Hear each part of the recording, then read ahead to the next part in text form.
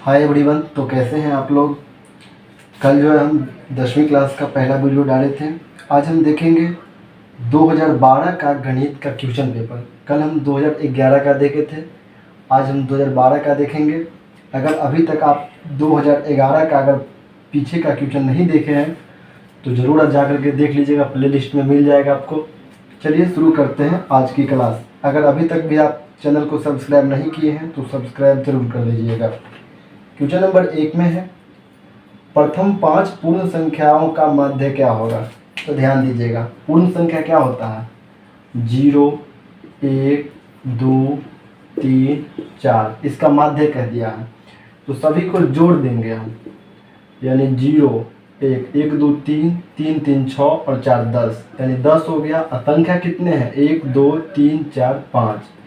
5 से भाग देंगे जितना संख्या है, 5 दूनी 10, यानी 2 हो गया। तो ये किस ऑप्शन में है? ये ऑप्शन बी में है।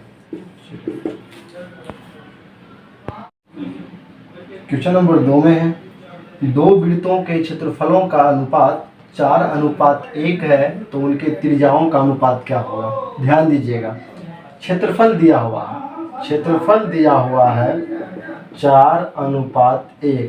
तो त्रिज्या अगर पूछे, त्रिज्या यानी पूछ दें अगर, तो त्रिज्या का मतलब है कि आप इसका वर्गमूल निकाल दीजिए। वर्गमूल 4 का वर्गमूल हो जाएगा 2 और 1 का वर्गमूल हो जाएगा 1। ठीक है, तो ये 2:1 किस ऑप्शन में है? तो ये ऑप्शन बी में है। क्वेश्चन नंबर 3 में है, यदि tan थीटा बराबर √3 तो थीटा का मान क्या होगा। ध्यान दीजिएगा, tan थीटा में √3 किसका मान होता है? तो √3 जो होता है tan थीटा में √3 होता है 60 डिग्री का मान। कितना का होता है? 60 डिग्री का मान। अगर वहीं पे अगर हम बात कर दे tan 30 डिग्री का मान, तो ये होता है 1/√3। tan 45 का मान, तो tan 45 का मान होता है 1। याद रखिएगा ये सब। क्वेश्चन 4 में है, cos 60 डिग्री प्लस 1 बट्टा में cos 60 डिग्री माइनस 1 का मान कौन सा होगा। ध्यान दीजिएगा, cos 60 डिग्री है तो cos 60 डिग्री प्लस 1 है और cos 60 डिग्री माइनस 1 है। याद रखिएगा, cos 60 का मान होता है 1/2 और प्लस 1 क्वेश्चन में दिया गया। cos 60 का मान होता है 1/2 माइनस 1। अब ध्यान दीजिएगा, 1/2 प्लस 1, इसका हम लघुत्तम निकालेंगे अगर यहाँ, तो लघुत्तम 2 हो जाएगा। 2 एकम 2 यानी 1, 1 दूनी 2 यानी 2 और बट्टा में फिर इसका लघुत्तम 2 हो जाएगा।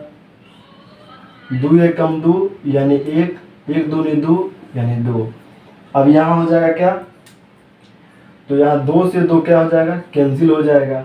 अब ये हो जाएगा 2 और 1 3 और बट्टा में 2 में से 1 गया -1। अब इसमें अब क्या हो जाएगा? ये माइनस नीचे नहीं रहना चाहिए, तो माइनस ऊपर चला जाएगा तो हो जाएगा -3। -3 किस ऑप्शन में है? तो -3 जो है ऑप्शन बी में है। तो इसका सही उत्तर क्या हो जाएगा? बी। क्वेश्चन नंबर 5 में है, यदि ए और बी यानी अल्फा और बीटा बहुपद f(x) बराबर x² प्लस x प्लस 1 के मूल हो तो 1/a प्लस 1/b का मान क्या होगा। सबसे पहले ये फार्मूला आप याद रखिएगा, 1/1 अल्फा प्लस 1/बीटा का फॉर्मूला होता है -b/c। अब इसमें देखिए, क्वेश्चन दिया गया है x² प्लस x और प्लस 1, यानी कुछ नहीं दिया, 1 छुपा है, यानी a बराबर हो गया 1, b बराबर हो गया, यहाँ x है तो यानी 1 छुपा है 1 और c बराबर 1 दिया हुआ है, यानी -b/c। b कितना है? 1, माइनस फॉर्मूला में है तो -1 और c भी है 1, 1 से 1 कट गया, यानी ये 1 के मरतबे कटेगा, यानी -1 किस ऑप्शन में है? तो -1 जो है बी ऑप्शन में है। सही उत्तर हो जाएगा ऑप्शन बी। एक द्विघात बहुपद के मूलों के योगफल तथा गुणनफल क्रमशः 2 तथा -15 है तो द्विघात बहुपद है। सबसे पहले आप याद रखिएगा, इसमें दिया गया है मूलों का योग यानी योगफल। योगफल दिया गया कितना? तो ये दिया गया है 2 और मूलों का गुणनफल क्या दिया गया है? तो गुणनफल दिया गया है -15। अब कह रहा है द्विघात बहुपद है, यानी द्विघात बहुपद, इसका फॉर्मूला लिखना आपको। द्विघात बहुपद का फॉर्मूला होता है x² माइनस ब्रैकेट में अल्फा प्लस बीटा, यानी मूलों का योग into x plus alpha beta, यानी मूलों का गुणनफल। अब x² का x² माइनस मूलों का योग कितना दिया गया है 2, तो यहाँ 2 देंगे इंटू x। मूलों का गुणनफल कितना दिया गया है 15, तो यानी -15। अब इसको हम लिख सकते हैं x², ये माइनस से गुना हो जाएगा यानी -2, और x भी गुना हो जाएगा, प्लस माइनस माइनस, यानी x² माइनस 2x माइनस 15। ये किस ऑप्शन में है? तो ये जो है ऑप्शन डी में है। इसका सही उत्तर हो जाएगा ऑप्शन डी। क्वेश्चन नंबर 7 में है बिंदु Q से किसी वृत्त की स्पर्श रेखा की लंबाई 24 सेमी है, यानी बिंदु Q से किसी वृत्त की, मान लीजिए यहाँ वृत्त है कि स्पर्श रेखा की लंबाई, ये स्पर्श रेखा की लंबाई कितनी है? स्पर्श रेखा की लंबाई 24 cm है। ठीक है, अब इसमें हम बात कर रहे हैं, और केंद्र से Q की दूरी 25 cm है, यानी केंद्र यहाँ है, इसकी दूरी कितनी है? इसकी दूरी जो है 25 cm है। केंद्र मान लीजिए O है, तो वृत्त की त्रिज्या क्या होगी? यानी वृत्त की त्रिज्या इसका पूछ रहे हैं, इसको मान लीजिए P मान लेते हैं हम, तो PO निकालना है, यानी त्रिज्या निकालना है, PO निकालना है। तो यहाँ हम लिख सकते हैं OQ² माइनस PQ²।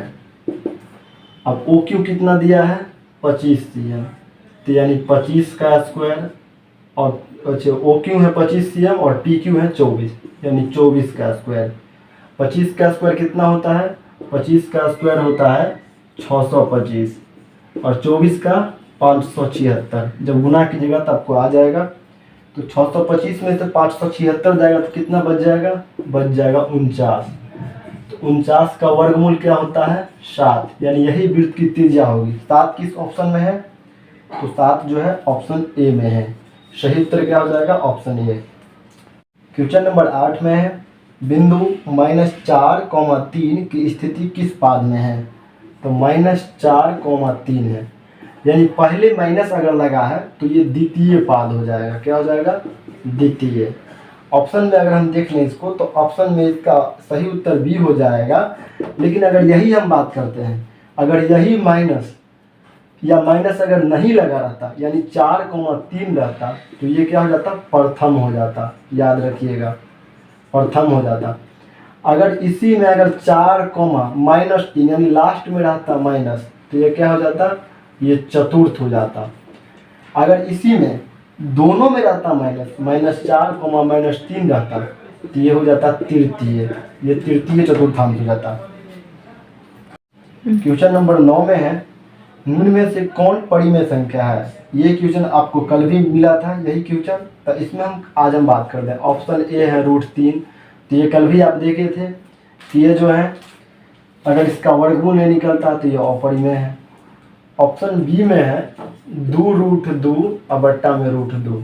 आपको ही पता होगा कि इसका सही उत्तर तो यही होगा, क्योंकि √2 कट जाएगा, रूट में अगर नहीं है तो वो परिमेय संख्या है। लेकिन इसका ऑप्शन हम सी की बात कर लेते हैं, 4 + √5।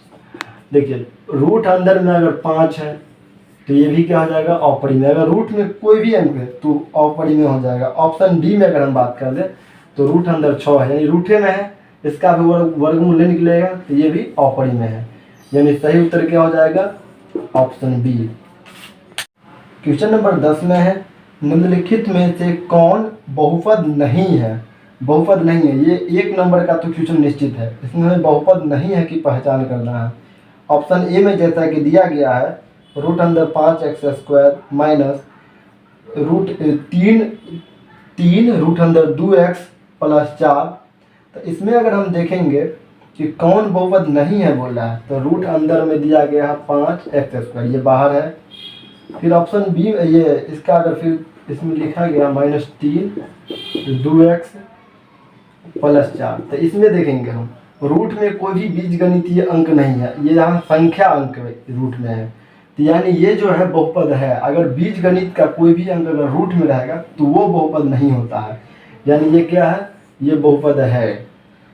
ऑप्शन बी में अगर हम बात कर ले इसका, तो ऑप्शन बी में है 1/4x³ plus 3x² plus 1/√3x और प्लस 2। ये भी कोई भी संख्या जो है वो रूट में नहीं है, इसलिए बी भी बहुपद में है। सी में अगर हम बात कर ले तो x प्लस 1/x है। आपको याद होना चाहिए कि बीजगणित का कोई भी संख्या जो है a से लेकर के z तक वो बट्टा में नहीं होना चाहिए। अगर बट्टा में अगर वो है तो वो बहुपद नहीं होता है, यानी 1 प्लस 1/x, यानी इसी में जो है बट्टा में नीचे में है, इसीलिए यही बहुपद नहीं है। आपको चुनना था इसमें कि कौन बहुपद नहीं है, इसलिए इसका सही उत्तर क्या हो जाएगा, ऑप्शन सी सही उत्तर हो जाएगा। चलिए आज की क्लास हम यही समाप्ति करते हैं। 2012 में जो है 10 क्वेश्चन ही ऑब्जेक्टिव था, 10 खाली स्थान था। वो जो है खाली स्थान हमें नहीं मिल पा रहा है, इसलिए जो भी ऑब्जेक्टिव मिला हम उस पर वीडियो बना दिए। अगले दिन अगले सीरीज लेकर के आएंगे, तब तक चैनल पे बने रहें। धन्यवाद। जय हिंद, जय भारत।